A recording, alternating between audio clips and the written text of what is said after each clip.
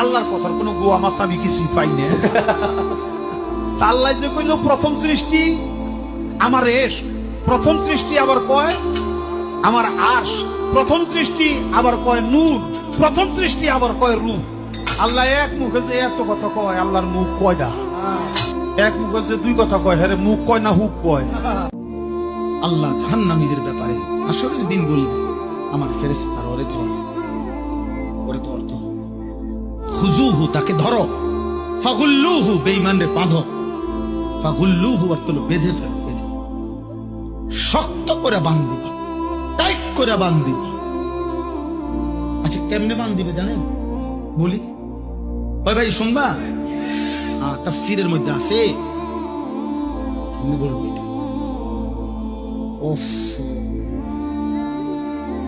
কোন মানুষকে যে সেলাই করে, অ্যাক্সিডেন্ট হইলে যে মানুষকে সেলাই করে না, সেলাই মানে কি? সেলাই মানে হলে সুই দিয়া সুতা গোস্ত সহ এরপরে উঠাইয়া বাঁধ, এটারই তো কয় সেলাই। 3টা সেলাই লাগছে, 5টা সেলাই লাগছে, কয় না?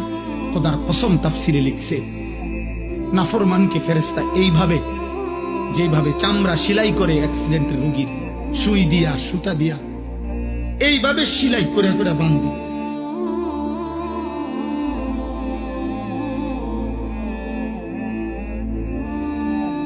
খুজুহু ফাগুল্লুহু